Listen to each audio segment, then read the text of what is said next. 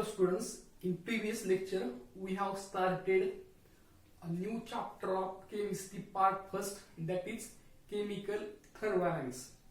In that lecture we have studied definitions of system, surrounding and types of system. In this lecture we have to see or study types, properties of system, that is extensive property, intensive property, state function and thermodynamic equilibrium. Then tell me, what is mean by system? The part of the universe which is under thermodynamic consideration called as the system. जे थर्मोडायनामिक्सचा study करण्यासाठी आपण सिस्टीमचा कुठला एक part consider करतोय, तो part म्हणजे काय असेल? सिस्टीम असेल. बॉइलिंग वॉटर इन बीकर आहे. बॉइलिंग वॉटर इन बीकर मध्ये जे पाणी असेल, गरम पाणी, ते म्हणजे काय झालं? सिस्टीम झालं. आणि बाहेरचा पार्ट म्हणजे काय झाला? सराउंडिंग. सराउंडिंग म्हणजे काय? Remaining part of the universe other than the system called as surrounding. त्याच्यानंतर आपल्याला प्रॉपर्टीज ऑफ सिस्टीम. मग सिस्टीमच्या दोन प्रॉपर्टीज आहेत, एक आहे एक्सटेन्सिव्ह प्रॉपर्टी आणि दुसरी इंटेन्सिव्ह प्रॉपर्टी. डेफिनेशन काय सांगितले बघा. Extensive properties, the properties whose value which depends upon quantity of matter present in the system called as extensive property. म्हणजे थोडक्यात एक्झाम्पल बघूया आपण, त्याच्यानंतर पर डेफिनेशन करूया. तर एक्झाम्पल असं आहे, mass, volume, internal energy, heat capacity and number of moles. For example, एक मोल गॅस आहे. एक मोल गॅस, कोणताही गॅस, त्याचं व्हॉल्यूम किती असतं? 1 mole of gas consist of 22.4 decimeter cube volume. And 2 mole of gas consist of 44.8 decimeter cube volume. हे काय झालं? व्हॉल्यूम झालं. आणि 1 मोल किंवा 2 मोल ही काय झाली? क्वांटिटी झाली. मग आपण क्वांटिटी वाढवली किंवा अमाऊंट वाढवलं तर व्हॉल्यूम काय होतंय? चेंज होते.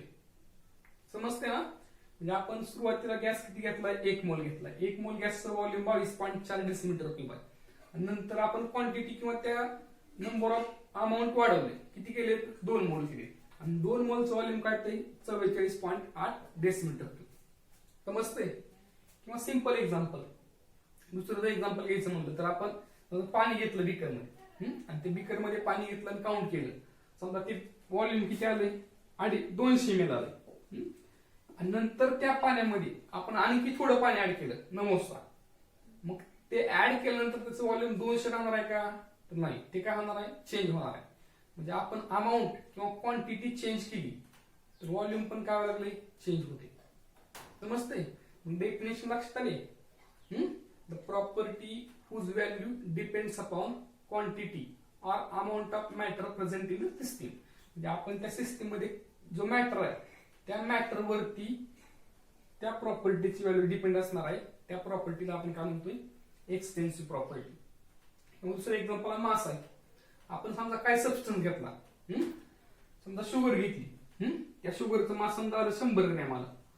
मग त्या 100 ग्रॅम शुगर मध्ये आपण अंदाजे टाकली परत साखर, आणि ती साखर ऍड केल्यानंतर मास परत काय होणार आहे? 100 ग्रॅम आहे का? तर ते एक्झॅक्टली चेंज होणार आहे. ते किती होईल? 100च्या पुढे जाणार आहे. म्हणजे आपण काय चेंज केलंय? अमाऊंट चेंज केले. आणि अमाऊंट चेंज केल्यामुळे मास काय होते? चेंज होते. समजते?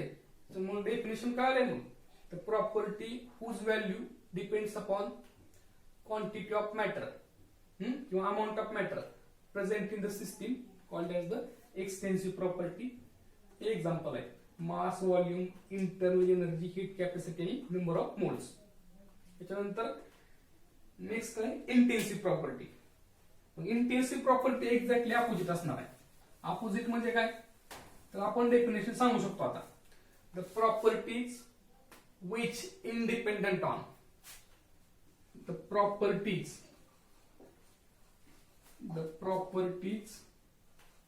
which does not depends म्हणा किंवा independent. The property which independent on the property which independent on quantity of matter किंवा amount of matter, quantity of matter present in the system, present in the system, present in the system, called as intensive property. म्हणजे extensive प्रॉपर्टीचे exactly opposite आहे. म्हणजे आता याच्यामध्ये काय होणार आहे, आपण त्या सबस्टन्सचं किंवा मॅटरचं अमाऊंट जरी वाढवलं तर ती प्रॉपर्टी काय होणार आहे, कॉन्स्टंट राहते. फॉर एक्झाम्पल भरपूर आहे. एक्झाम्पल असं आहे, टेम्परेचर, प्रेशर, त्याच्यानंतर मेल्टिंग पॉइंट, बॉइलिंग पॉइंट, किंवा नंतर रिफ्रॅक्टिव्ह इंडेक्स, किंवा सरफेस टेन्शन,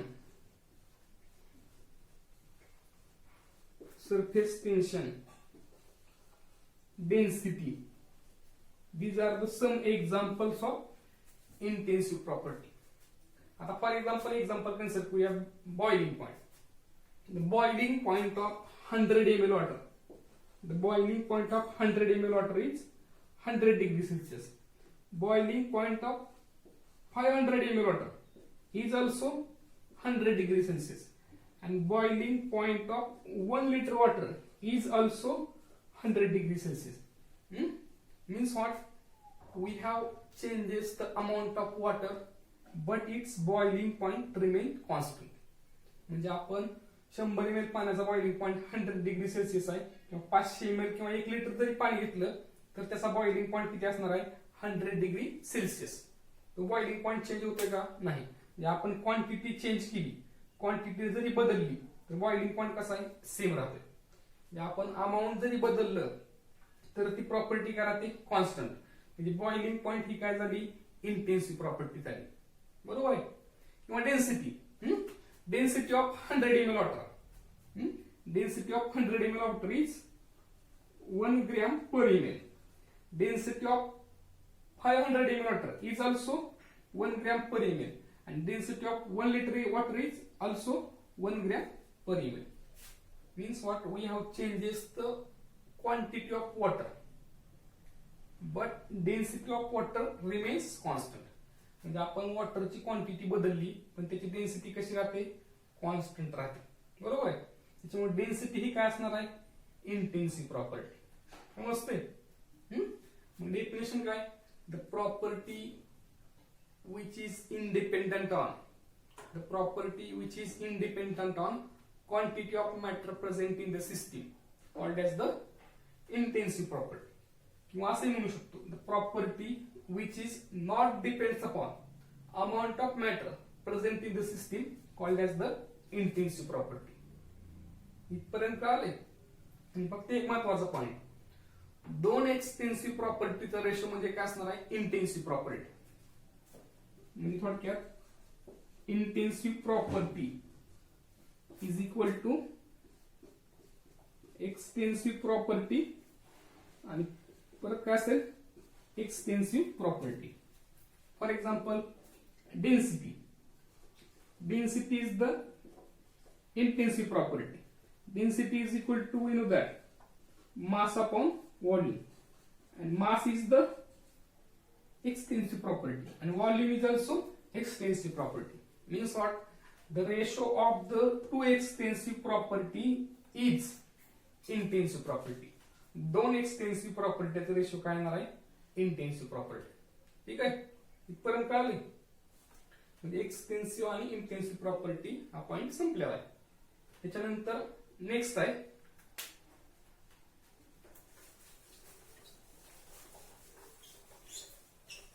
स्टेट फंक्शन. आणि स्टेट फंक्शन नंतर आपल्याला थर्मोडायनामिक इक्विलिब्रियम बघायचं. तर स्टेट फंक्शन बघूया आपण अगोदर.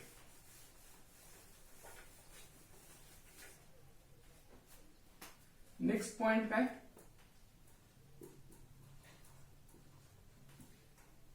State function.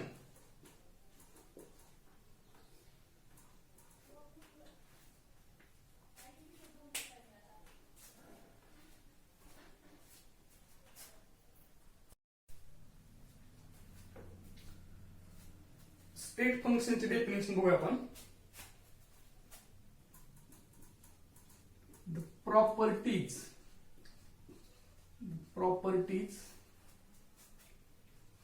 which depends on state of the system. The properties which depends on state of the system. State of the system. State म्हणजे initial state आणि final state बरं का. State of system. And independent on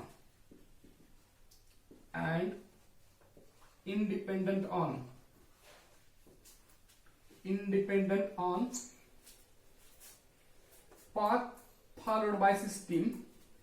Independent on path followed by system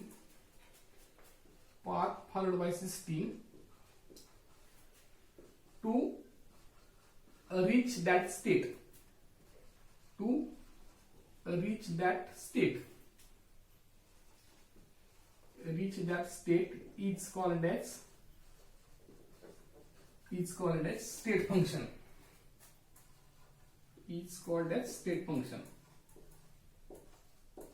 state function ही property करण्यासाठी आपल्याला एक example consider करावं लागेल. Consider a gas is enclosed in a cylinder. Consider a gas is enclosed in a cylinder which is having movable piston. Cylinder मध्ये gas enclose केलाय आणि त्या सिलेंडरला काय एक मुव्हेबल पिस्टन आहे. पिस्टन म्हणजे ते मूव्ह होऊ शकतं, खाली आणि वरती होऊ शकतं. आणि याच्यामध्ये काय एनक्लोज केला आपण gas. Consider definite amount of gas is enclose in a cylinder which is having movable piston. If the piston is motionless at that time, the pressure, temperature and volume are constant or they can be specified. ज्यावेळेस पिस्टनची movement piston stop असणार किंवा पिस्टनची movement होणार नाही, piston एका ठिकाणी असणार आहे, त्यावेळेस प्रेशर, व्हॉल्यूम आणि टेम्परेचरच्या वेळेला आपण सांगू शकतो. आणि त्या कंडिशनला काय म्हणू शकतो आपण, सिस्टीम इनिशियल स्टेट मध्ये. फॉर एक्झाम्पल इनिशियल स्टेट साठी आपल्याला व्हॅल्यू दिले प्रेशर, व्हॉल्यूम आणि टेम्परेचरच्या. प्रेशर, व्हॉल्यूम आणि टेम्परेचरच्या व्हॅल्यू आहेत.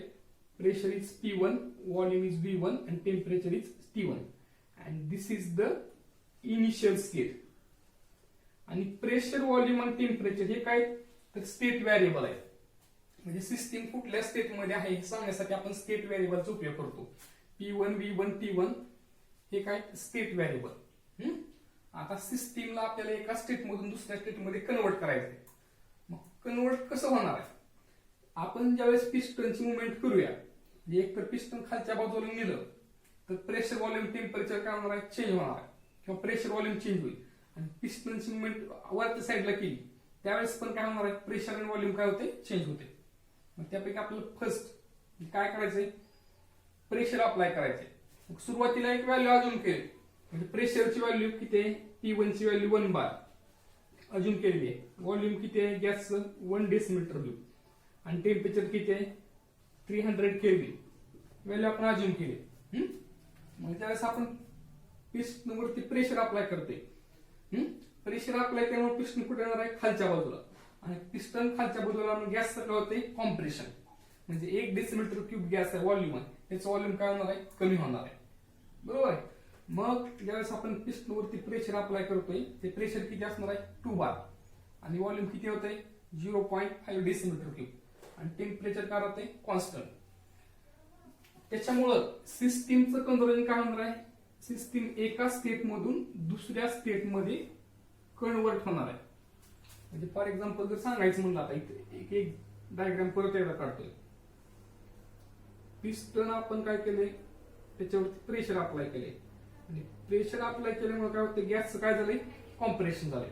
म्हणजे ही इनिशियल स्टेट आहे, ही काय फायनल स्टेट आहे. आणि या ठिकाणी गॅसचं व्हॉल्यूम काय, व्हॉल्यूम V2, प्रेशर काय असणार आहे T2 आणि टेम्परेचर काय असणार आहे T1 किंवा त्याला T2 म्हणलं तर ते काय राहते कॉन्स्टंट. मग आता इथं प्रेशरची व्हॅल्यू काय, pressure is equal to 2 bar, म्हणजे P2 is equal to 2 bar, volume is equal to 0.5 decimetre cube आणि temperature is equal to 300 kelvin. आता याच्यामध्ये महत्वाचा पार्ट काय, सिस्टीम आपल्याला प्रेशर व्हॉल्यूम टेम्परेचरच्या व्हॅल्यू कॉन्स्टंट आहे ही झाली इनिशियल स्टेट. ह्याच्यापैकी प्रेशर व्हॉल्यूम टेम्परेचर ह्याच्यापैकी कुठलीही एक व्हॅल्यू जर चेंज झाली तर सिस्टीम एका स्टेट मधून दुसऱ्या स्टेट मध्ये कन्वर्ट होते. मग इथे व्हॅल्यू कोणत्या चेंज झाल्या, प्रेशर आणि व्हॉल्यूमच्या. म्हणजे ही स्टेट काय झाली, फायनल स्टेट. समजतंय. मग परत एकदा सांगतोय, सुरुवातीला पिस्टन मोशनलेस होतं तेव्हा प्रेशर व्हॉल्यूम टेम्परेचरची व्हॅल्यू कशा आहेत, कॉन्स्टंट. आपण पिस्टन वरती प्रेशर अप्लाय केले, प्रेशर अप्लाय केल्यामुळे काय होते, त्याच्या प्रेशर व्हॉल्यूम आणि प्रेशर काय होते, चेंज होते. ते किती असणार आहे, 2 बार आणि व्हॉल्यूम किती आहे, 0.5 बार. मग आता इथं मी मग अशी म्हणलं प्रमाणे स्टेट व्हेरिएबल आहे. या स्टेट व्हेरिएबल पैकी कुठलंही एक स्टेट व्हेरिएबल जर चेंज झालं तर काय होणार आहे, तर सिस्टीम एका स्टेट मधून काय होते, दुसऱ्या स्टेट मध्ये कन्वर्ट होते. बरोबर आहे.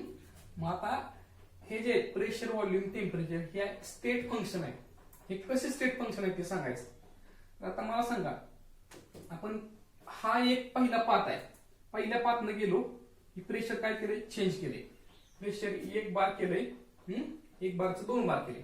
आता नंतर सेकंड पाथ आहे, सेकंड पाथ मध्ये काय करणार आपण, सेकंड पाथ मध्ये प्रेशर काय करतो आपण, 1 बारचं काय करणार आपण 1.5 बार आणि नंतर परत एकदा काय करतो आपण त्याचं 2 बार.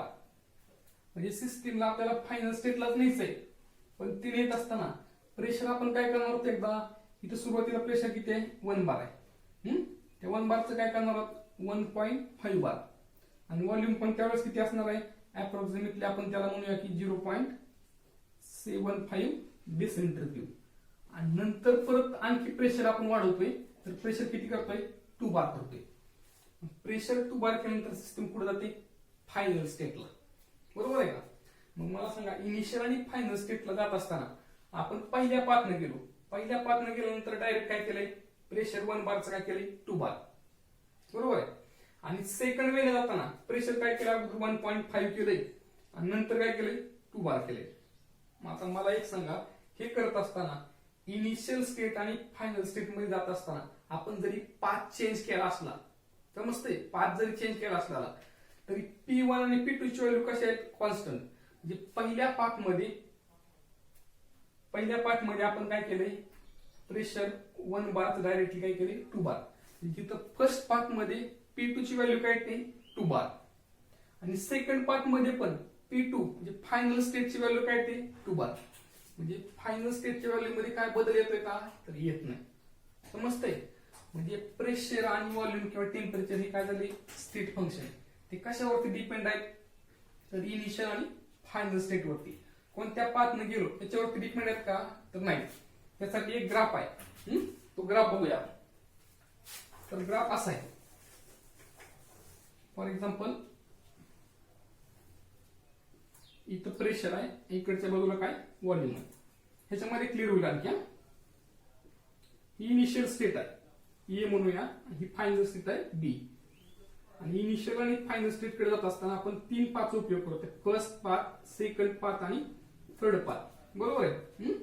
मग इथं जे प्रेशर असेल ते समजा काय असेल, P1 आणि इथं जे प्रेशर असेल ते काय असेल, P2. आपल्याला डेल्टा पी काढायचा आहे. डेल्टा पी म्हणजे चेंज. डेल्टा पी काय आहे, P2 मायनस P1. मग फर्स्ट पाथ मध्ये फर्स्ट पाथ चाललोय आपण, प्रेशर P1 आहे, फायनलचं काय P2 आहे. डेल्टा पी ची व्हॅल्यू काय होणार आहे, कॉन्स्टंट. आता सेकंड पाथनं गेलो, सेकंड पाथनं पण जात असताना प्रेशर P1 तर ते सेमच राहणार आहे आणि P2 पण काय राहते, सेम. म्हणजे डेल्टा पी पण काय येतोय, कॉन्स्टंट. आणि थर्ड पाथनं पण जात असताना प्रेशर काय P1 आहे म्हणजे इनिशियल आणि फायनल प्रेशर काय P2. मग डेल्टा पी थर्ड पाथनं पण काय येणार आहे, सेम. म्हणजे कुठल्याही पाथनं गेलो तर डेल्टा पी चेंजिंग प्रेशर कसं येते, सेम येते किंवा कॉन्स्टंट. म्हणजे आपण जरी पाथ चेंज केला, प्रेशरची व्हॅल्यू किंवा डेल्टा पी ची व्हॅल्यू बदलते का, ती कशी राहते, कॉन्स्टंट राहते. म्हणजे हे प्रेशर हे काय झालं, तर थोडक्यात स्टेट फंक्शन. डेफिनेशन काय, the property which depends upon state of the system किंवा current state of the system, initial आणि final state. The property which depends upon state of the system not depends upon path followed by the system to reach that state. समजतंय? म्हणजे ज्या property initial आणि final state वरती depend आहे पण त्या path वरती डिपेंड नाही, त्यालाच काय म्हणतो आपण स्टेट फंक्शन. हे कळण्यासाठी एक सिंपल एक्झाम्पल आहे. एक 2 मजली बिल्डिंग आहे. समजा त्या बिल्डिंगची हाईट किती आहे? बिल्डिंगची हाईट समजा आपण अजून केली 10 मीटर आहे. एक 2 मजली बिल्डिंग आहे, त्या बिल्डिंगची हाईट किती आहे? 10 मीटर आहे. आणि मग आपल्याला काय करायचंय? त्या बिल्डिंग वरती चढायचंय. बिल्डिंग वरती चढत असताना आपल्याला वेगवेगळ्या मार्गाचा उपयोग करायचा आहे. म्हणजे पहिल्या पाथ मध्ये काय होणार आहे? पहिल्या पाथ मध्ये आपण काय करू शकतो? बिल्डिंग वरती चढण्यासाठी म्हणजे सेकंड फ्लोअरला जाण्यासाठी तर लिफ्टने जाऊ शकतो. फर्स्ट पाथ काय झाला? लिफ्ट. सेकंड पाथ काय झाला? आपण त्याला पायऱ्याचा उपयोग करू शकतो. बरोबर आहे? आणि थर्ड पाथ आपण काय करू शकतो? शिडीवरून जाऊ शकतो किंवा दोरी लावून जाऊ शकतो. समजतंय? मग मला सांगा, ह्या तिन्ही पाथ मध्ये पहिल्या पाथ मध्ये आपण लिफ्टने गेलो, दुसऱ्या पाथ मध्ये पायऱ्या चढून गेलो आणि तिसऱ्या पाथ मध्ये शिडीवरून किंवा दोरीच्या साहाय्याने गेलो. ह्या तिन्ही पाथ मध्ये जी बिल्डिंगची हाईट आहे ती चेंज झाली का? बिल्डिंगची हाईट किती राहणार आहे? 10 मीटरच राहते का नाही? तुम्ही कुठल्याही पाथनं जर गेला तर बिल्डिंगची हाईट काय राहिली? 10 मीटरच राहिली.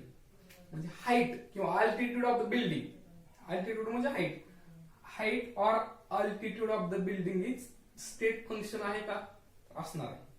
म्हणजे हाईट बदलते का? नाही. आपण कुठल्याही पाथनं जरी गेलो तर बिल्डिंगची हाईट कशी आहे? सेम आहे. म्हणजे हाईट जी व्हॅल्यू आहे ती पाथ वरती डिपेंड आहे का? नाही. समजतंय? म्हणजे हाईट काय झाली? हाईट हे काय झालं? स्टेट फंक्शन झालं. पण त्याच्यामध्ये दुसरी प्रॉपर्टी बरं का, तिथे जे वर्क होणार आहे, काम होणार आहे, ते काम कसं असेल? कमी किंवा जास्त असतात ना. बरोबर आहे का? मग त्याच्यामध्ये सेकंड पार्ट आपला पाथ फंक्शन. पाथ फंक्शन म्हणजे काय? The property which does not depends upon the state of the system. The property which does not depends upon the state of the system. ही प्रॉपर्टी सिस्टीमच्या स्टेटवर depend आहे, depend नाही. मग depend कशावरती? The property which depends upon the path followed by the system. म्हणजे त्या path वरती ही प्रॉपर्टी डिपेंड आहे, त्याला काय म्हणतो आपण? Path function. मग पाथ फंक्शनचं एक्झाम्पल कुठलं आहे? वर्क किंवा हीट. आता जे आपण एक्झाम्पल सांगितलं होतं बिल्डिंग वरती चढण्याचं, त्याच्यामध्ये लिफ्टनं गेलो किंवा पायऱ्यावरून गेलो आणि शिडून गेलो, त्या प्रत्येक ठिकाणी वर्क काय असणार आहे? कमी जास्त असणार आहे. सगळ्यात कमी वर्क किंवा सगळ्यात कमी एनर्जी कुठं लागणार आहे? तर लिफ्टनं जाण्यासाठी. त्यापेक्षा जास्त एनर्जी कुठं लागेल? तर पायऱ्या चढण्यासाठी. आणि कमी एनर्जी कुठं लागेल? त्या शिडीवरून चढण्यासाठी. बरोबर आहे का? म्हणजे ही तर एनर्जी कमी किंवा जास्त लागते का नाही, किंवा काम कमी किंवा जास्त होते. म्हणजे काम हे कशावर डिपेंड आहे?